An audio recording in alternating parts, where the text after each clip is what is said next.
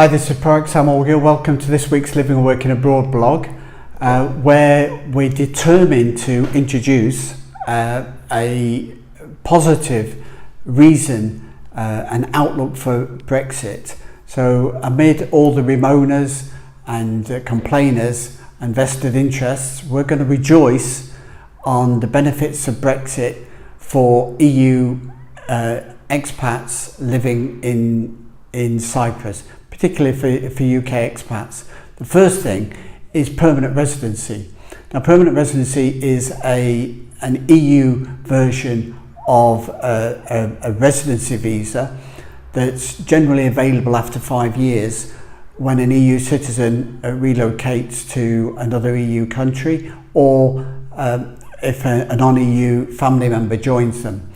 And this for Cyprus means that in addition to having the residency registration that you need in Cyprus in order to get tax and medical benefits, it gives you the ID card and a 10-year open visa to travel between your home country and Cyprus indefinitely. Now, the good news for UK expats is that the Cypriots have, in anticipation of Brexit, started allowing UK citizens to apply for permanent residency now. So if a UK expat can prove that they've lived in Cyprus, that they've got a rental property or property that they own, and that they've got income and that they've paid bills in Cyprus over 5 years, then there's a very low level of proof for them to be granted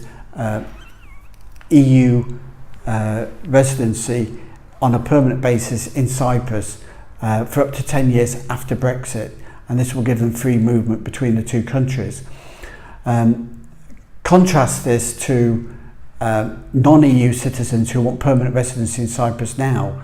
They preferably have to have a 360,000 euro house that they're living in, as well as 30,000 in the bank and a 30,000 income for a 4-person family.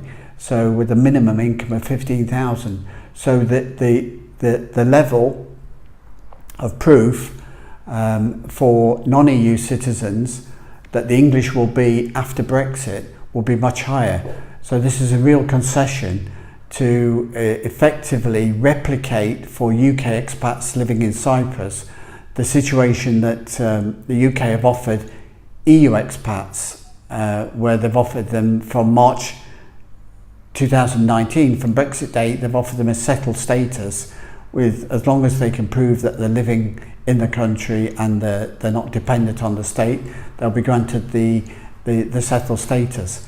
So this is good news. It's a real sign that Cyprus welcomes UK expats after Brexit. The second thing is the new double taxation treaty. Now, there can be positives and negatives about tax treatment. A lot of them you can see read more in our guide to EU Brexit and how it affects overseas pensions, property and business. You can go to our website at productpartnership.com and download a copy. But for the purpose of today, the positive thing to rejoice about the double taxation treaty is that it reinforces and confirms in law the Cyprus arrangement, where for expats living and working in Cyprus, they pay 0% tax on savings. So any bank interest, any dividends received, any earnings received from savings and investments will get no tax, no matter how much.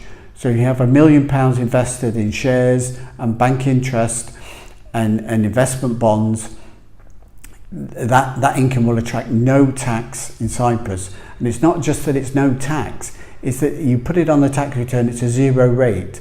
So it can't be taxed in your home country on the basis that you're not putting it on a tax return in Cyprus. So it's very, very good news that the new double taxation treaty is bang up to date. It's in force now from the middle of July 2018, and it comes into effect from January 2019 for expats living and working in Cyprus, and Cyprus expats living and working in the UK. A third point is that it's confirming that we can rejoice that Cyprus continues to have a flat rate and a maximum tax rate for expats of 5%.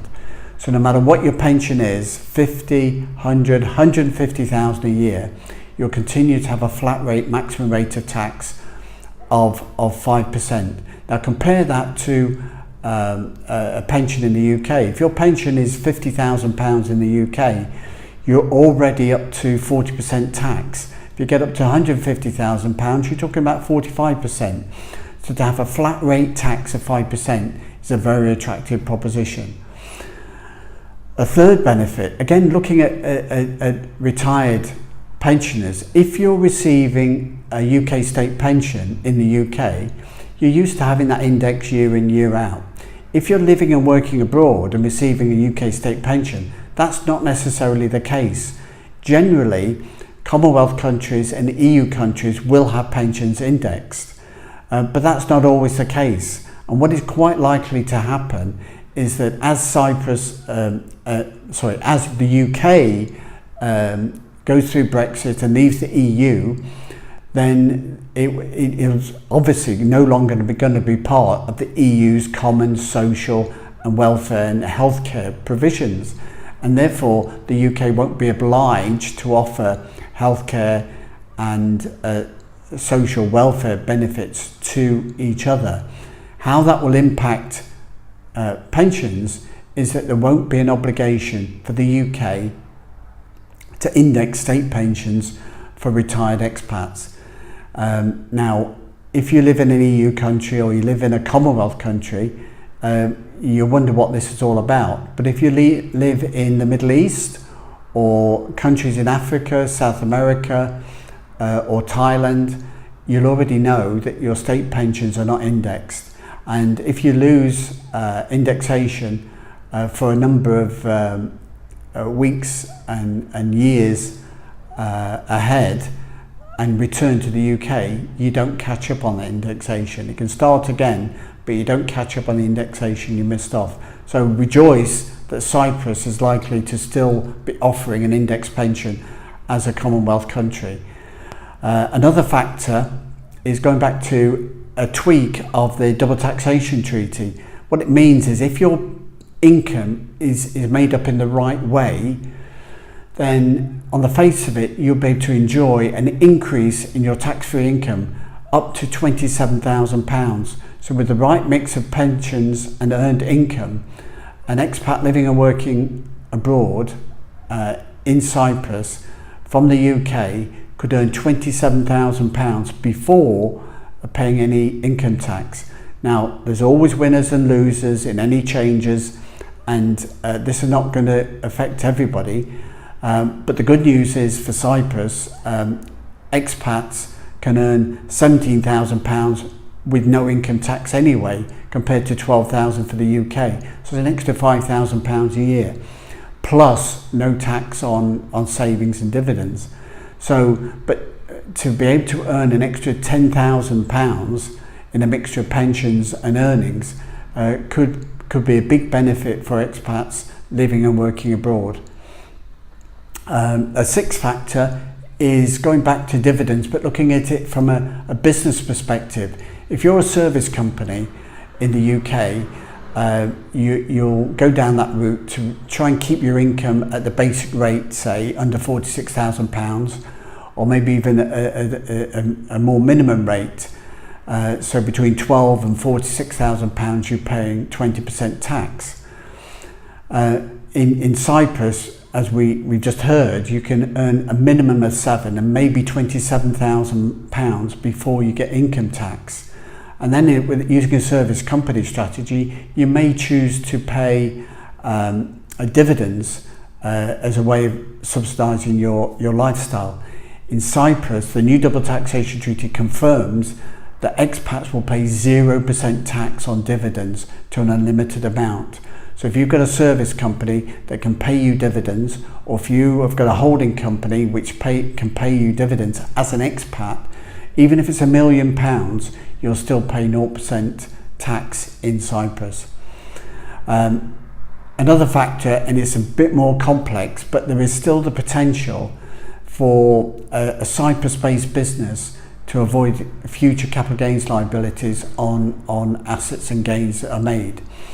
So it's quite a complex area, but property and business assets and investment assets can be sheltered from Cyprus capital gains tax at 20% going forward in the future.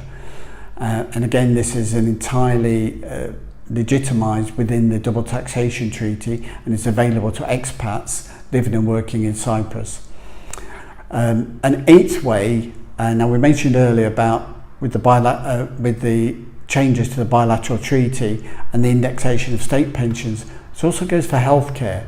So if you're retired or if you're working temporarily abroad, you can transfer some of your health and social welfare benefits over to Cyprus. This applies to Commonwealth countries or EU countries. Once the UK leaves the EU, it's no longer part of this common social and welfare benefit system. Therefore, it's very likely that this reciprocal agreement is going to be lost. And indeed, it's one of the big drivers for the UK about Brexit is the cost to its health service of EU expats coming, living and working in the UK, but bringing their family to benefit from healthcare benefits. So as a Commonwealth country, Cyprus, Malta will continue to offer index and state pensions and reciprocal medical agreements after Brexit, whereas it may well be lost to all of the EU countries. That's not that you can't work in the country and pay into the social welfare system of that country, and it's not to say that new bilateral treaties can't be agreed in the future, but at the moment they're likely to be lost in the short term unless a withdrawal treaty is comprehensive enough to make those changes. This is the issue of the hot air and what's going on at the moment, that the EU can't negotiate with the UK until the UK's left the EU. And so we're caught between a rock and a hard place, and with the uncertainty that's creating about whether will there be a withdrawal treaty or won't there be. The agreements and the future of the UK will only start to emerge and develop post-Brexit, whether that's with or without a withdrawal treaty. Our guide for living and working abroad on how EU Brexit will affect expats, overseas property, business and pensions is available to download from our website. And so go along there, get your copy now, and it'll keep you fully informed on the options and strategies that expats have living and working abroad. The final point to rejoice in Brexit and rejoice in living and working abroad in Cyprus in particular is that Cyprus has got very fine weather. A Mediterranean island with not much rain, warm summers, warm autumns, warm springs and not cold winters. We've got mountains to snow on in the winter and sea to swim in most of the year, depending upon your persuasion. So like many things in this world, Brexit will change. Going on holiday is different, moving house is different, moving country is different, and it involves changes to your lifestyle. It involves taking account of your residency visas, your income, your banking, your pensions, your healthcare, and all those issues, along with your business and your family, are issues to take account of. With Brexit, there'll be winners and there'll be losers, but there will be changes, and some will be good and some will be bad. It's about assessing the situation for you. Life changes, circumstances changes. This one is partly being forced upon us, but Brexit is likely to happen if you look at the literal sense of the law. So let's enjoy and embrace the process of change.